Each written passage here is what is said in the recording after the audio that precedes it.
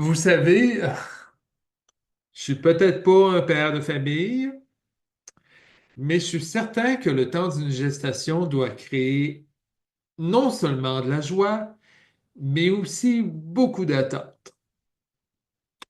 J'imagine les papas puis les mamans qui, dès le résultat positif du test de grossesse, s'imaginent déjà la vie de leur enfant.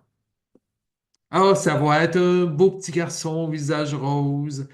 Ah, j'imagine déjà les belles soirées chez papy puis mamie. Oh, peut-être aussi que ça va être une belle petite fille à la personnalité calme et sans histoire. Et pourquoi pas, hein? Déjà, penser à un certain choix de carrière pour notre enfant. Du moins, c'est mon intuition à voir toute l'importance que ce dernier point prenait dans mon propre entourage. Avoir des enfants engendre malgré nous pas mal d'attentes vis-à-vis de leur avenir, n'est-ce pas? Ça devait sûrement être aussi le cas de Marie, qui, en début même de grossesse, devait s'imaginer la future profession de son fils. Hein? Et soyons honnêtes à ce propos-là, l'ange a mis la barre pas mal haute quant au choix de carrière de Jésus. Entrer auprès de Marie, c'est-à-dire une action donnant un certain caractère intérieur et méditatif au dialogue, le messager divin lui prédit: le Seigneur lui donnera le trône de David, son père. Il régnera pour toujours sur la famille de Jacob. Ça, ça doit te générer des méchantes attentes chez une maman. Toutefois, comme vous pouvez peut-être vous en douter, il y a quelques petits soucis avec les prédictions de l'ange. Premièrement, Jésus n'a pas occupé ou revendiqué le trône de David au cours de sa vie. Et deuxièmement, il ne fait toujours pas consensus dans la grande tradition du monothéisme. Serait-ce que le messager divin s'est trompé d'adresse? On pourrait bien sûr spiritualiser de midi à 14 heures pour essayer de justifier les propos de l'ange, mais ce n'est pas l'enjeu qui m'intéresse ici ce soir. De tels propos, que Marie le veuille ou non, créent chez elle des attentes quant à l'avenir et potentiellement aussi des conflits. Si on se fie aux évangiles, Jésus n'est pas sans avoir eu quelques soucis avec sa famille. Sa vie ne concordait pas, mais vraiment pas avec ce que sa famille pouvait s'attendre de lui, et encore moins s'attendre d'un Messie. Si Marie s'imaginait qu'elle avait donné naissance à un nouveau Josué, elle a sûrement dû déchanter, parce que Jésus a rien, mais rien d'un conquérant militaire. Et il n'a pas été non plus le roi d'un quelconque royaume ici-bas. Et non, les attentes à son encontre ne concordaient pas avec la réalité. Mais pourrait-on en vouloir à Marie pour autant?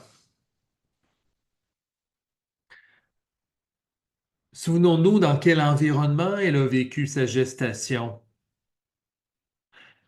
Mettons-nous à sa place un instant. Lorsqu'une personne vit au milieu des conflits et qu'elle est sans cesse et sans cesse confrontée à l'insécurité, elle ne peut pas faire autrement que de développer des attentes ou interpréter les propos de Dieu selon ses besoins essentiels. Et il n'y a rien de plus naturel chez l'être humain. Et il n'y a rien de nouveau là-dedans dans l'histoire sainte. Dans un tel cas, je peux comprendre Marie qui pourrait s'attendre à un nouveau Josué qui libérerait son peuple par la force. Je peux comprendre aussi ses attentes déçues, puis les incompréhensions qui ont eu lieu plus tard entre elle et Jésus. Et vous savez, à bien y penser, nous aussi, dans nos joies et dans nos peines, nous pouvons porter des attentes, tantôt légères, tantôt exigeantes.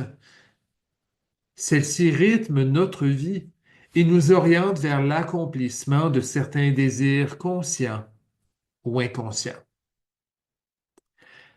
Certains d'entre nous, par exemple, aspirent au règne de Dieu et l'établissement d'un monde plus juste sur Terre. Seulement, ces attentes-là qu'on porte peuvent avoir des conséquences si elles ne concordent pas avec la réalité. Et encore plus si on force autrui à être ce que l'on désire qu'il soit. Vous connaissez l'adage, l'enfer, oui, est pavé de bonnes intentions. Lorsqu'on impose nos attentes à notre prochain pour qu'il soit tel que nous le voulons qu'il soit, il y a toujours un risque d'abîmer nos relations. Certains diront avec raison qu'on ne peut pas faire d'omelette sans casser d'œufs. Toutefois, il importe de soulever cet enjeu-là des attentes qui sont les nôtres. Attentes qui, il y a 2000 ans, ont fait certainement souffrir cet enfant-là dont on va bientôt célébrer la naissance. Juste pour être clair, avoir des attentes, ce n'est pas un mal en soi.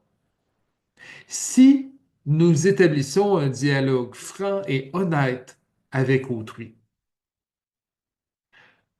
Vous connaissez peut-être les aspects d'un dialogue sain, qu'on appelle aussi un dialogue sans violence, dont un nous invite justement à parler au je plutôt qu'au tu. Par le dialogue, on donne une chance à l'autre d'entendre les désirs que nous portons, et ce, sans essayer de faire de lui ce que nous voulons qu'il soit. Grosse discrétion, mais peut-être peut-on voir dans cette approche un apprentissage que va intégrer plus tard la Sainte Famille. En mettant de l'avant, puis c'est mon interprétation, en mettant de l'avant les prédictions de l'ange qui ont été interprétées par Marie. Peut-être que les auteurs semblent anticiper le cheminement de la mère de Jésus qui apprendra à laisser son fils être comme il est et comme il sera. Et dans un même ordre d'idées, alors peut-être un apprentissage qu'on peut faire ce soir, c'est que ce temps de l'Avent, sous le signe pour nous d'une transition pastorale, nous invite tout simplement à nous accueillir comme nous sommes et comme nous serons. Il suffit simplement d'établir entre nous un dialogue fraternel et nommer nos craintes et nos aspirations qui peuvent faire toute la différence dans notre relation. Et à ce propos-là, j'imagine volontiers que Jésus a dû faire de même à un moment donné ou l'autre avec sa mère. Question de mettre les pendules à l'heure quant à une vocation qui était continuellement, mais continuellement incomprise. Bien sûr, on n'échappe pas aux attentes qui naissent des circonstances dans lesquelles nous évoluons. Seulement, plutôt que de nous laisser piéger par nos attentes, qui risquent de devenir des croix à porter pour soi et pour autrui. Prenons simplement le temps de vivre ce moment de gestation par l'entremise du dialogue. Que ce temps de l'Avent, oui, soit une occasion pour nous accueillir comme nous sommes, et non pas selon ce que nous voudrions être.